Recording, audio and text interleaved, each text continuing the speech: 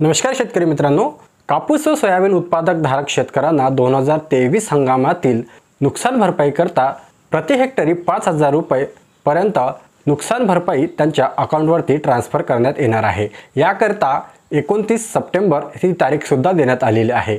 तर ज्या शेतकऱ्यांनी कापूस व सोयाबीन उत्पादक धारक शेतकऱ्यांनी आपले आधार कार्ड व 7/12 कृषी ऑफिसला दिलेला असेल, सोबतच संमती पत्र सुद्धा दिलेले असेल, तर त्या शेतकऱ्यांना हे पैसे ट्रान्सफर करण्यात येणार आहे।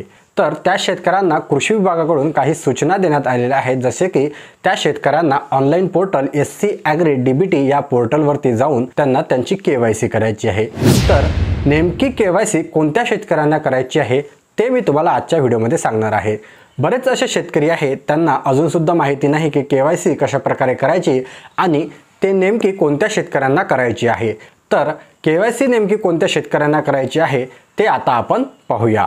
तत्पूर्वी आपल्या चॅनलवरती जर तुम्ही नवीन असाल तर चॅनलला सबस्क्राइब करा, जेणेकरून अशाच प्रकारचे नवनवीन अपडेट्स आणि महत्त्वाची माहिती मी तुमच्या समोर वेळोवेळी घेऊन येत राहतो। चला तर मग सुरू करूया आजचा हा व्हिडिओ।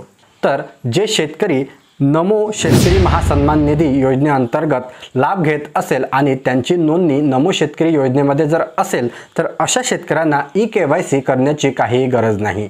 तर ज्याप्रमाणे PM किसान सन्मान निधी योजनेचे 6,000 रुपये वर्षाला शेतकऱ्यांच्या अकाउंटमध्ये ट्रान्सफर करण्यात येते, त्याचप्रमाणे महाराष्ट्र सरकारने सुद्धा नमो शेतकरी सन्मान निधी योजना सुरू केलेली आहे। आणि त्या योजनेमध्ये जर शेतकऱ्यांचं नाव असेल, नोंदणी असेल आणि त्यांना जर 6,000 रुपये प्रतिवर्ष मिळत असेल, तर त्या शेतकऱ्यांना KYC करणे काही गरजेचे नाही। त्यानंतर आहे की कोणत्या शेतकऱ्यांना ही KYC करायची आहे। तर फक्त कृषी विभागाने प्रसिद्ध केलेल्या यादीमध्ये ज्या शेतकऱ्यांचं नाव असेल त्याच शेतकऱ्यांना KYC करायची आहे।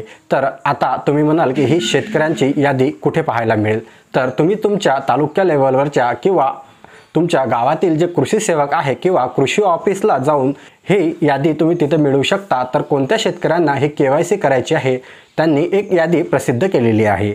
सोबतच असे शेतकरी ज्या शेतकऱ्यांच्या आधार क्रमांकाला त्यांचा मोबाईल नंबर लिंक नसेल त्या शेतकऱ्यांना ही KYC करणे गरजेचं आहे। तर त्या शेतकऱ्यांनी जवळच्या सेतू केंद्र, CSC सेंटर किंवा आपले सरकार या सेतू केंद्रावरती जाऊन बायोमेट्रिक पद्धतीने त्यांना KYC करायची आहे। ज्या शेतकऱ्यांचा मोबाईल नंबर हे आधार कार्डशी लिंक नाही अशा सर्व शेतकऱ्यांना ही KYC बायोमेट्रिक पद्धतीने करायची आहे। इथे एक शेतकऱ्यांकरता एक महत्त्वाची सूचना सुद्धा देण्यात आलेली आहे। बरेचसे फसवे लोक शेतकऱ्यांना कॉल करून विचारतात आणि त्यांचा OTP आणि आधार नंबरच्या सहाय्याने त्यांच्याकडून हे OTP घेतात आणि त्यांच्या अकाउंटमधून पैसे सुद्धा गायब होऊ शकतात। तर अशा अनोळखी कोणत्याही व्यक्तीला तुम्ही आधार नंबर आणि OTP देऊ नका, अशी सूचना सुद्धा यामध्ये देण्यात आलेली आहे। तर मित्रांनो, अशा प्रकारचा आजचा हा व्हिडिओ होता। व्हिडिओ हा अत्यंत महत्त्वपूर्ण आहे। ज्या शेतकऱ्यांची KYC प्रोसेस बाकी असेल त्या शेतकऱ्यांनी KYC प्रोसेस कशा प्रकारे ऑनलाईन पद्धतीने करायची या व्हिडिओच्या डिस्क्रिप्शनमध्ये त्याची लिंक तुम्हाला मिळून जाईल। सोबतच आय बटनमध्ये सुद्धा याची मी लिंक जे आहे ते पिन केलेली आहे। तो व्हिडिओ पाहून तुम्ही घरबसल्या तुमच्या मोबाईलच्या सहाय्याने सुद्धा KYC प्रोसेस कंप्लीट करू शकता। सोबतच आपले WhatsApp चॅनल आणि टेलिग्राम चॅनलची लिंक सुद्धा या व्हिडिओच्या डिस्क्रिप्शनमध्ये दिलेली आहे। त्यावरती सुद्धा वेळोवेळी महत्त्वाच्या अपडेट्स मी देत राहतो, तर त्याला सुद्धा फॉलो करायला विसरू नका। चला तर भेटूया अशाच एका नवीन महत्त्वपूर्ण व्हिडिओमध्ये।